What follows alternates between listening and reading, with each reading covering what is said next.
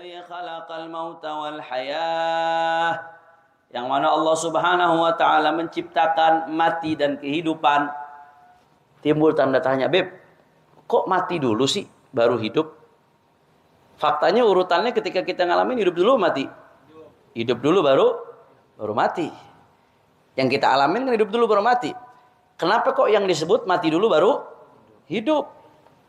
Di sini Allah katakan alladzi khalaqal mauta wal hayata, yang mana Allah menciptakan mati dan kematian dan kehidupan. Ajib. Kok mati dulu disebut baru hidup? Nah, di sini dijelaskan oleh para ulama. Kenapa disebutkan mati dulu baru hidup? Karena kalau yang disebutkan yang mati dulu itu lebih ngena di hati orang. Kalau disebutin hidup dulu orang biasa aja. Karena yang mesti diingetin nih kita bakal mati. Kalau hidup semuanya orang sadar dia hidup. Tapi karena yang mesti diingetin urusan mati, dan orang kalau diingetin mati itu lebih ngena. Sampai-sampai Sayyidina Umar bin Khattab tuh nulis kafa bil mauti wa'idhan ya Umar. Cukuplah mati sebagai peringatan bagimu wahai Umar. Karena kita semua bakal mati. Aqrabu ghaibin yuntadhar. Hal gaib yang terdekat yang nunggu kita adalah mati. Maka kalau disebutin mati itu lebih ngena di hati. Orang lebih mikir kalau disebut mati duluan. Makanya di sini disebut mati sebelum hidup. Alladzi khalaqal mauta wal hayata, yang mana Allah menciptakan kematian dan kehidupan. Untuk apa? Liyabluwakum, untuk menguji kita, ayyukum ahsanu amala, yang mana yang paling baik amalnya di antara kalian. Itu tujuannya. Tujuan kita hidup bukan buat makan. Tujuan kita hidup bukan buat senang-senang, tapi tujuan kita hidup untuk memperbanyak amal soleh. Yang mana yang amalnya lebih baik? Nah, kita hidup untuk makan untuk hidup, bukan hidup untuk makan. Makan untuk hidup, bukan hidup untuk makan. La ilaha illallah. Dan di sini dijelaskan kematian. Bicara soal kematian. Apa sih hakikatnya kematian? Apakah kematian itu kemudian orang binasa, selesai udah? Itu mungkin keyakinan orang-orang yang nggak punya iman sama Allah Subhanahu wa taala. Bagi kita orang yang beriman kepada Allah, al-maut itu adalah inqita'u ta'alluqir ruh bil badan wa mufaraqatuha bil jasad. Kematian itu bukan selesai segala-galanya. Kematian itu hanya terputusnya hubungan antara ruh dengan jasad. Udah itu aja. Kematian itu terputusnya hubungan antara ruh dengan jasad. Jasad ditinggalin sama ruhnya, bas. Tapi setelah itu masih panjang. Seseorang itu ketika mati bukan berarti dia selesai. Seperti yang diyakini orang-orang yang bunuh diri misalkan. Orang-orang bunuh diri kan seolah-olah dengan bunuh diri apa? Selesai, beres, sudah. Itu orang-orang yang gak beriman kepada Allah. Dia gak tahu begitu dibunuh diri, habis itu pindah ke tempat yang dia digebugin, gak berhenti-berhenti.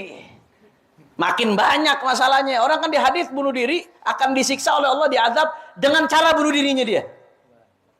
Jadi kalau bunuh dirinya dengan cara nusuk dirinya, ya nanti dia di neraka begitu. Nggak berhenti-berhenti nusuk dirinya.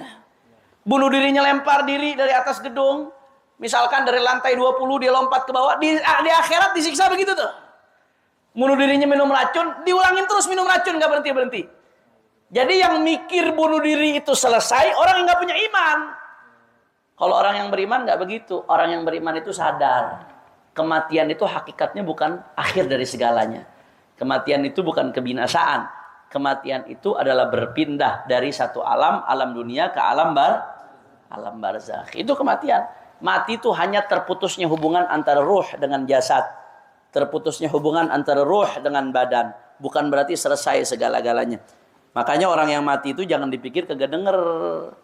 Jangan dipikir orang yang mati itu nggak dengar. Ya, di dalam hadis Rasulullah sallallahu alaihi wasallam, hadis riwayat Bukhari Muslim, kata Rasulullah, wa inna hadakum idza wada'a fi qabrihi, idza wudi'a fi qabrihi wa tawalla anhu ashabuhu wa innahu la yasma' qara'ani alihim. Kata Rasulullah SAW, ketika salah satu nanti dari kalian ditaruh dalam kuburnya. Ini ketika kita mati, ini kita dalam kubur. Kemudian wa tawalla anhu ashabuhu, kemudian sahabat-sahabatnya nganterin ke kuburan mulai ninggalin dia. Apa yang terjadi? Yasma'u qar'ani alihim.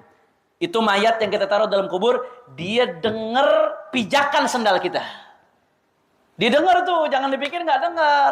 Dia dengar. Karena dia bukan binasa, dia hanya pindah alam, nggak akhir dari segala-galanya. Qala sallallahu alaihi wasallam dalam hadis lain Rasulullah mengatakan walladzi nafsi biyadihi ma antum bi asma' lima aqul minhum walakinnahum la yujibun. Shallu ala Rasulillah. Kata Rasulullah sallallahu alaihi wasallam, walladzi nafsi biyadihi, Nabi bersumpah demi Allah, zat yang diriku ada dalam genggamannya. Demi Allah, kata Rasulullah sallallahu alaihi wasallam, ma antum bi asma' lima aqul minhum walakinnahum la yujibun. Tidaklah kalian lebih mendengar atas apa yang aku katakan daripada mereka. Artinya apa? Jangan kalian anggap nih kalian lebih dengar apa perkataanku dibanding orang yang udah mati. Orang yang udah mati itu lebih dengar apa yang aku katakan. Mereka dengar. Bedanya lakinnahum la yujibun. Akan tetapi mereka tidak menjawab. Itu aja bedanya, kita nggak dengar jawabannya. Tapi memang nggak kita nafikan ada orang-orang yang Allah perdengarkan. Kayak tadi tuh hadis yang tadi tuh surat Tabarok, dalam kubur orang kedengeran bacaan Qur'annya. Itu kan diperdengarkan oleh Allah Subhanahu wa taala. Kemudian juga Rasulullah sallallahu alaihi wasallam dalam beberapa hadis tahu apa yang terjadi di dalam kuburan Rasulullah sallallahu alaihi wasallam. Ya, itu ditunjukkan oleh Allah Subhanahu wa taala. Tapi semuanya itu orang dalam kubur dengar, jangan sembarang ngomong ente. Mereka dengar, mereka tahu apa yang kita bicarakan. Cuman bedanya mereka tidak menjawab. Makanya Imam Al-Haddad di dalam kitab Sabilul Iddikar wal I'tibar fima yamurru 'alal insan wa yanqadi lahu min al-a'mar. Al-Imam Al-Haddad itu menjelaskan di antara yang paling bikin girang mereka para almarhum diziarahin orang-orang yang mereka cinta, yang mereka sayang. Ketika diziarahin oleh anaknya, oleh bininya, asal sama bininya sebelum mati kagak ribut dulu ya. Kalau sebelum mati dia lagi ribut, bininya dia lagi yang datang. Asal dia lagi damai, bininya lagi cinta-cintanya, didatengin sama bininya, didatengin sama anaknya, didatengin sama murid-muridnya. Jangan dikira mereka agak tahu, mereka tahu. Kata Imam Haddad, termasuk yang paling bikin mereka ashabul kubur girang, diziarahin orang-orang yang dicintai, diziarahin orang-orang yang disayang. Apalagi di hari Jumat, ada hadisnya tuh, hadis riwayat Imam Tabrani. Anda lupa nas hadisnya. Ada tentang hadis riwayat tentang ziarah di hari Jumat ya ikhwan.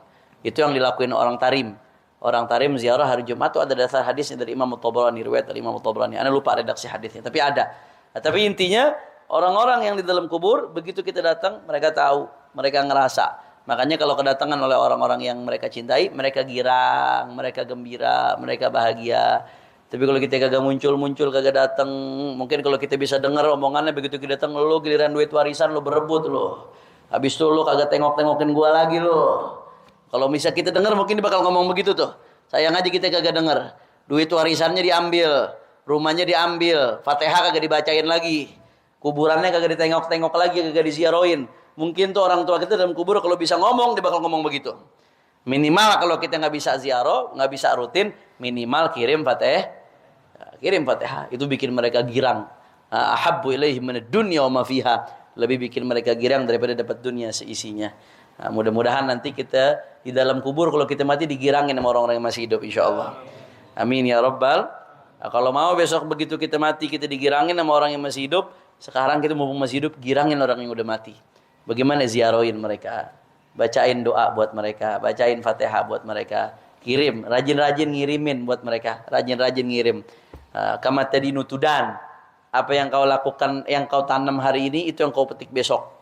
Lu nih hari begitu, besok lu dibegituin. Ente nih hari bikin girang yang dalam kubur, besok ente begitu mati digirangin orang. Tapi lu nih hari kagak bikin girang dalam kubur, warisannya aja diributin. Difatihain kagak. Diziarahin kagak. La ilaha illallah. Besok ente mati digituin juga sama ahli waris ente. Digituin juga sama anak cucu ente. Na'udzubillah min dzalik. Kira-kira jelas atau tidak? Faham? Insyaallah. Ini saja yang saya sampaikan.